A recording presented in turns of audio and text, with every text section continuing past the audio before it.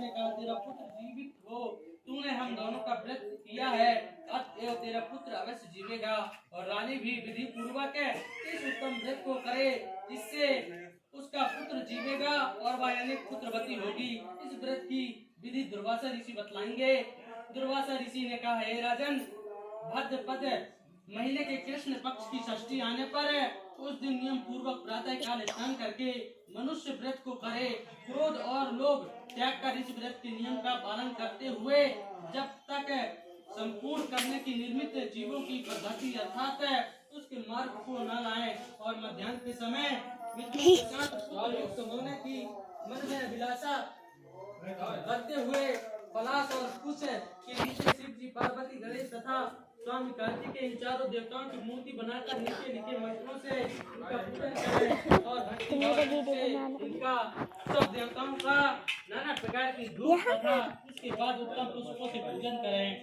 शिव जी की प्रार्थना मंत्र का भावार्थ है, सौम्य स्वरूप है, धारण करने वाले, 5 मुख वाले, त्रिशूल धारण करने वाले तथा मदि, मृगी, महाकाल इत्यादि गुणों से युक्त शंभु शिव जी को मेरा नमस्कार है। पार्वती की प्रार्थना के मंत्र का अर्थ शिव हर कांता प्रकृति श्रेष्ठ हेतु सौभाग्यदायिनी गौरी और धात्री को मेरा नमस्कार है। स्वामी कार्तिकेय की प्रार्थना के मंत्र का अर्थ मोर पर सवारी करने वाले, देवता को कौंच पत्नी को विलीन करने वाले कुमार बैसाख और स्कंद को मेरा नमस्कार है।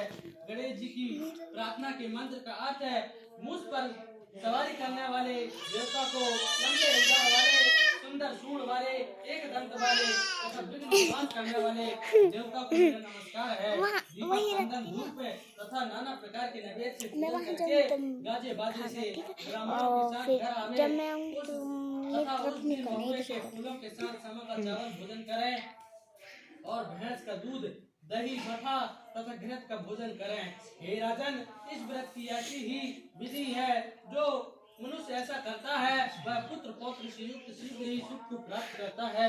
दुर्वासा ऋषि के वचन सुनकर राजा ने इस व्रत को किया। तब मगर के बिल में से शीघ्र ही निकलकर राजकुमार ने अपने माता पिता तथा दुर्वासा ऋषि के चरणों पर गिरकर प्रणाम किया और बोलने लगा, इस व्रत के फल से राजा रानी के यहाँ दीर्घ आयु, बड़े पराक्रमी, बलवान तथा सर्वगुण संपन्न अनेक पुत्र उत्पन्न हुए।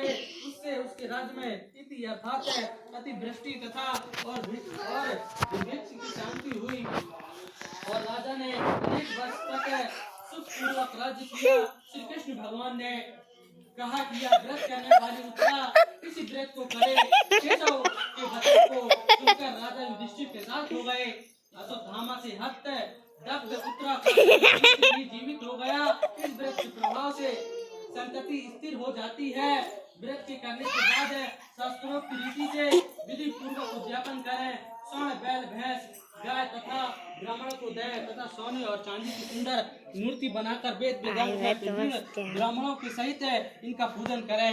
जानने में श्रेष्ठ राजा युधिष्ठिर ने इस व्रत को उत्तरा से कराया, जिससे अश्वत्थामा द्वारा नष्ट हुआ, उसका गर्भ रक्षित हुआ। इस व्रत के प्रभाव से उत्पन्न देवदत्त का गर्भ उसी क्षण जीवित, गतिमान तथा प्रसव हुआ। हे राजन, यही संसार के जन्मजय को उत्पन्न करने वाला परीक्षित नाम का राजा उत्पन्न हुआ।